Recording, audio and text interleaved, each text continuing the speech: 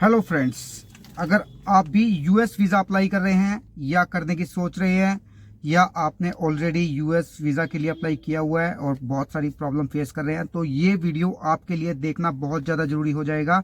और आप मेरे चैनल को सब्सक्राइब कर लीजिए अगर आप भी इस टाइप्स के इन्फॉर्मेटिव वीडियोस चाहते हैं और अगर आप चाहते हैं कि आपका टाइम भी वेस्ट ना हो और आपके पैसे भी वेस्ट ना हो, तो सब्सक्राइब माई चैनल। तो चलिए आज का वीडियो स्टार्ट करते हैं।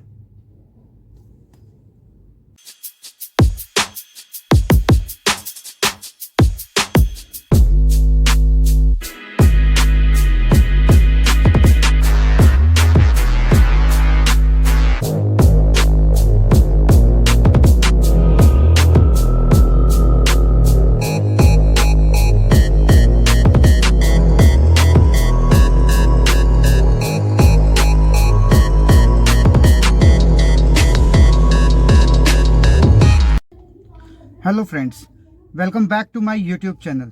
मेरे यूट्यूब चैनल में आप सबका स्वागत है। जैसा कि आप मेरे चैनल को जो लोग पहले से देख रहे हैं उनको पता है कि मैं वीडियो तभी बनाता हूं जब बहुत ज़्यादा ज़रूरी इन्फॉर्मेशन आप लोगों तक मुझे पहुंचानी होती है। अदरवाइज़ मैं बेफालतू के वीडियोस बनाकर लोगों का टाइम ख़राब नहीं करता हूं, या व्यूज़ के लिए या फिर कुछ पेड प्रमोशंस के लिए मैं ऐसा कुछ नहीं करता हूं। मैं वीडियो सिर्फ तभी बनाता हूं जब बहुत ही ज़्यादा ज़रूरी इन्फॉर्मेशन आप तक पहुंचानी हो।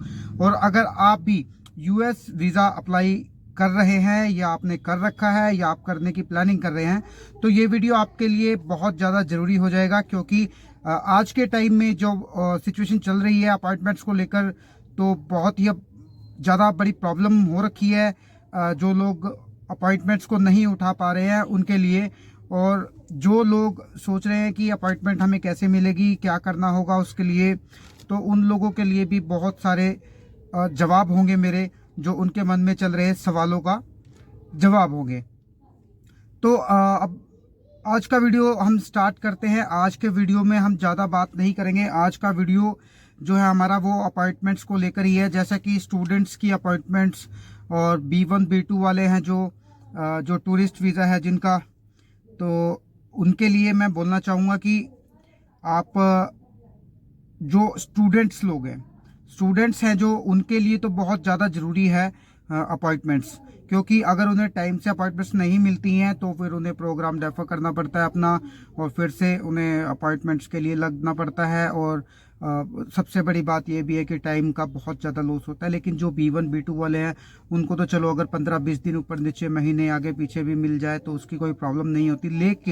लेकिन जो लोग स्टूडेंट्स हैं, और स्टूडेंट्स को तो बहुत ज़्यादा ज़रूरत होती है कि उन्हें टाइम से ही अपॉइंटमेंट्स मिल जाए।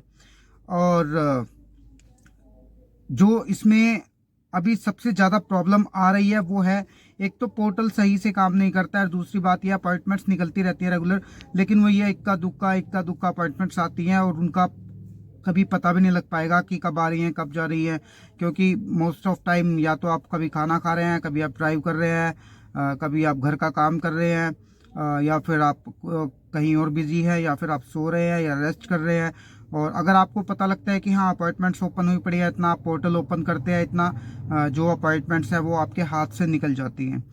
तो दोस्तों मैं यही बोलूँगा आप सबको कि इसमें सबसे पहले बात तो बिल्कुल भी आपने पैनिक नहीं होना है कि अपॉइंटमेंट्स नहीं मिल रही है या आपको कोई प्रॉब्लम आ रही है अपॉइंटमेंट्स में। तो आज का वीडियो जो हमारा है वो इसी से रिलेटेड ही होगा कि अपॉइंटमेंट्स को हम कैसे मैनेज करें कि जो ये प्रॉब्लम हम फेस कर रहे हैं ये ना देखनी पड़े प्रॉब्लम।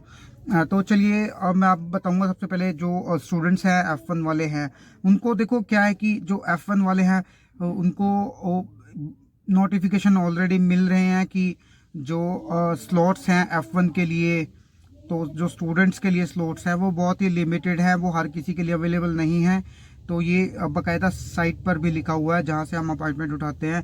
और दूसरी बात मैं आप सबको एक चीज़ और बताना चाहूँगा जो कि बहुत ही ज़्यादा इम्पोर्टेंट बात है, बहुत ही ज़्यादा ज़रूरी बात है। जो आपके कॉलेज हैं या आपकी यूनिवर्सिटीज़ हैं, उन सबको पता है कि इंडिया में बहुत बड़ी प्रॉब्लम हो रही है अपॉइंटमेंट्स को लेकर, और अपॉइंटमेंट्स बच्चों को मिल नहीं पा रही है। तो उन सब के लिए मैं यही बोलना चाहूँगा कि अब आप ये बात ध्यान से सुनना जो मैं बताने जा रहा हूँ। बहुत सारी यूनिवर्सिटीज़ हैं जो अब वो अपने स्टूडेंट्स को बोल रही है कि आप हमसे पैसे ले लीजिए और अपॉइंटमेंट का जो है आप कहीं और इंतज़ाम कीजिए।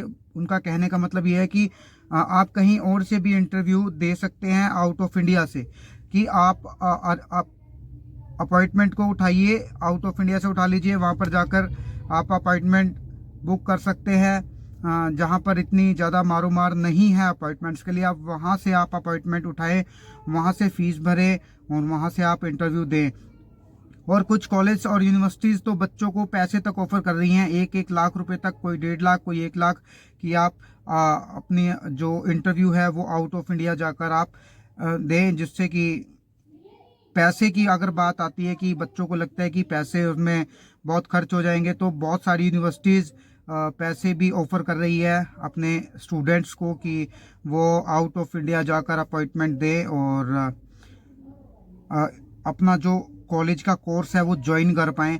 और अगर आपके पास भी अभी इस टाइप्स की कोई कॉलेज से ईमेल नहीं आई है तो आप उनसे रिक्वेस्ट कर सकते हैं, उनको जो भी सिनेरियो यहाँ पर चल रहा है आप उनको बता सकते हैं कि जो अपॉइंटमेंट्स उठाने में प्रॉब्लम्स आ रही हैं उनसे कैसे डील करना है या कैसे आपने अपॉइंटमेंट्स को बाहर से अरेंज करना है।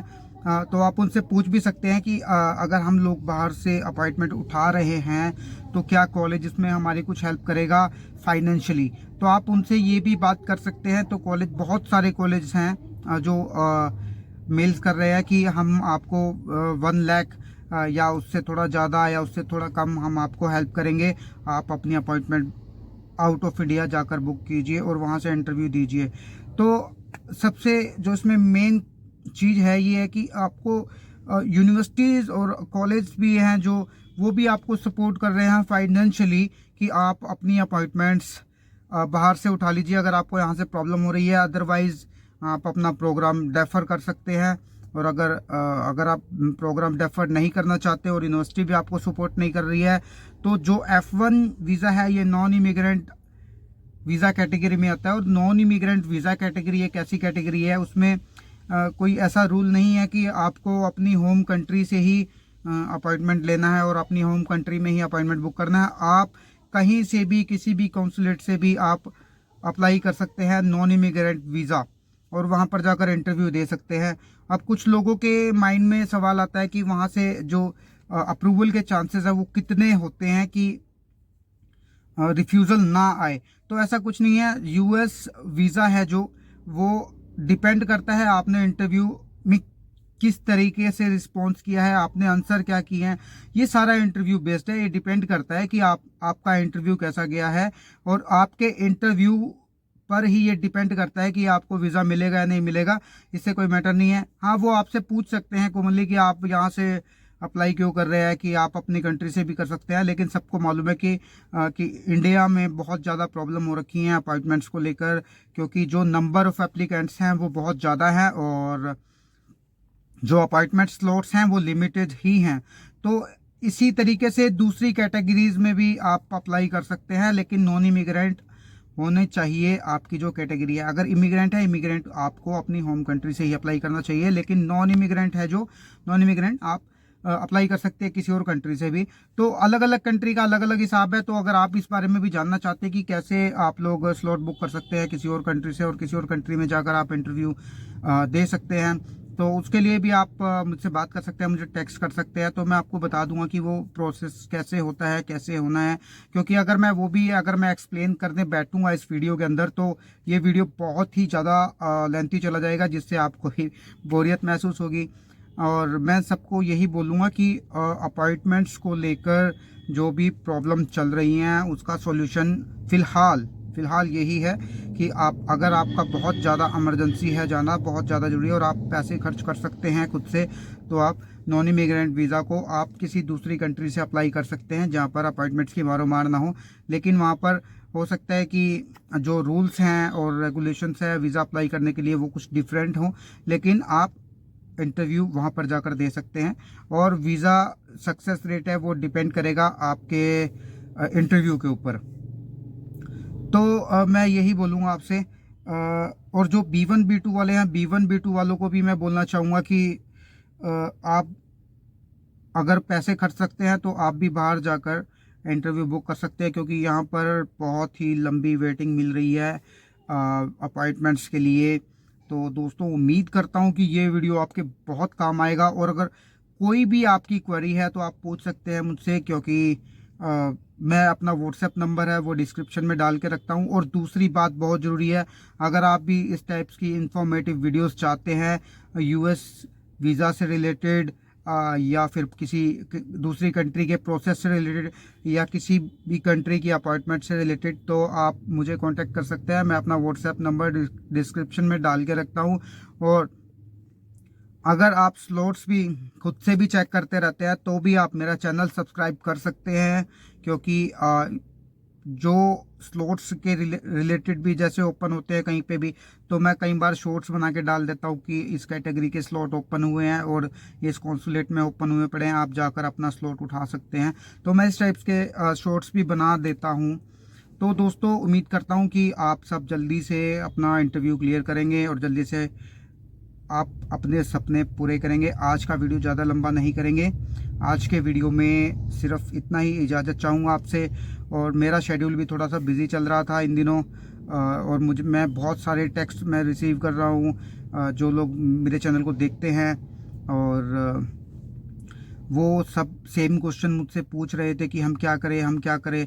इसलिए मुझे ये वीडियो बनाना पड़ा। मैं आपको बता रहा हूँ कि आप कहीं से भी अप्लाई कर सकते हैं अगर आपका नॉन इमिग्रेंट वीज़ा है तो दोस्तों, आज के वीडियो में इतना ही इजाज़त चाहूँगा। आज के लिए धन्यवाद। Thank you for watching my YouTube channel. Thank you.